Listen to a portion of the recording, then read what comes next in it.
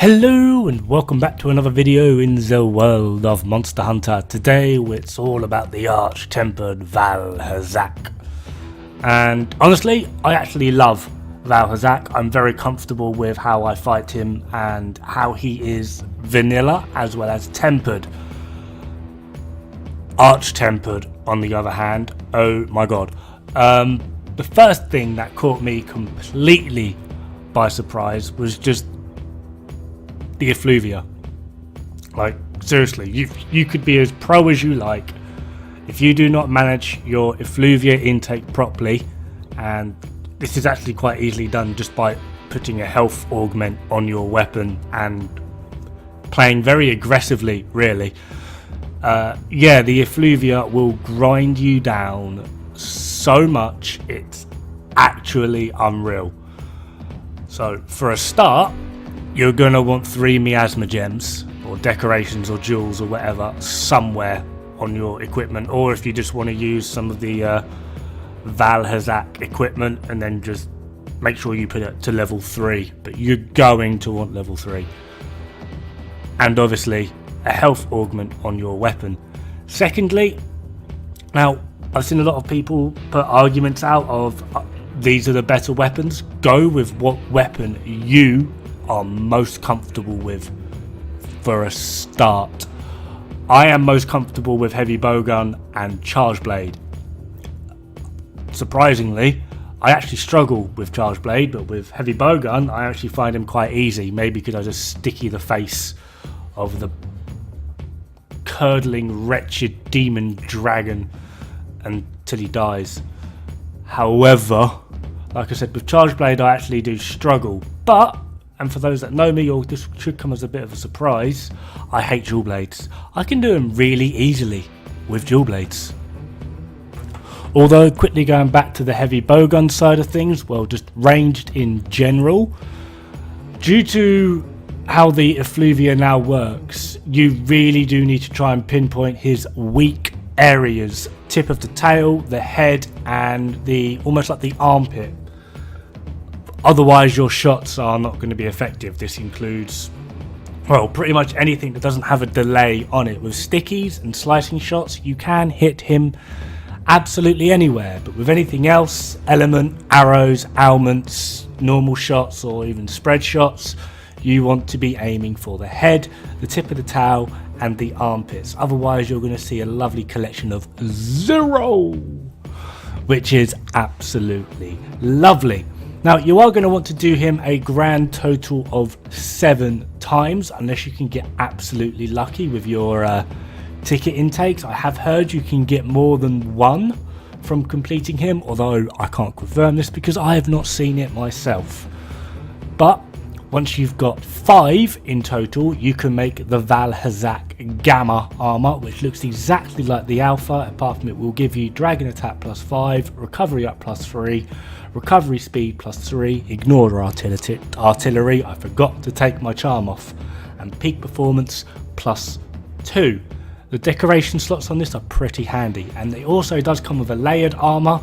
Just go to your deliveries and pending, it will require 2 tickets plus 5 Sinister Cloth. As you can see, I have not got Sinister Cloth yet, because for some bizarre reason, despite me researching an absolute ton in how to get Sinister Cloth, I have not been able to actually maintain a steady supply of it. Now you do get it from your Tal Raider Safari. Go to your little room and select the Housekeeper Palico, and from there you can send out your Tal Raider Safari. And apparently the trick is, well, it's not really a trick, it is confirmed, they only really drop from the red boxes, so that's the larger monsters. You will notice the boxes will either be green or red, and they want to be 4 or 5 star, and apparently you have a semi-decent chance of getting Sinister Cloth. If you ask me personally, you get a bollocks chance of getting them, because I have, well, as you saw, I've got 2.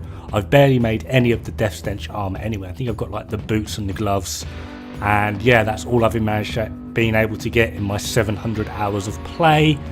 Honestly, I have more chance getting attack gems than I do Sinister Cloth, but that's just the way RNG goes. Now, With Vaal Hazak in his arch-tempered form, there are certain things you're going to want to look out for. For a start, his Sandblaster, that stupid arcing beam he does, that is near enough a one-shot, and if it doesn't one-shot you, you're hanging on for dear life, and the effluvia can and most likely will pick you off. Secondly, his AoE Sandblaster, which is what you're about to see him do here. This, where normally it only does 1 tick of damage, it now does 5, and they scale independently of each other. So say, for example, the first tick will do 10 damage, the second tick will do 20, third tick will do 40, and the fourth tick 50, so on, so forth. You get the point.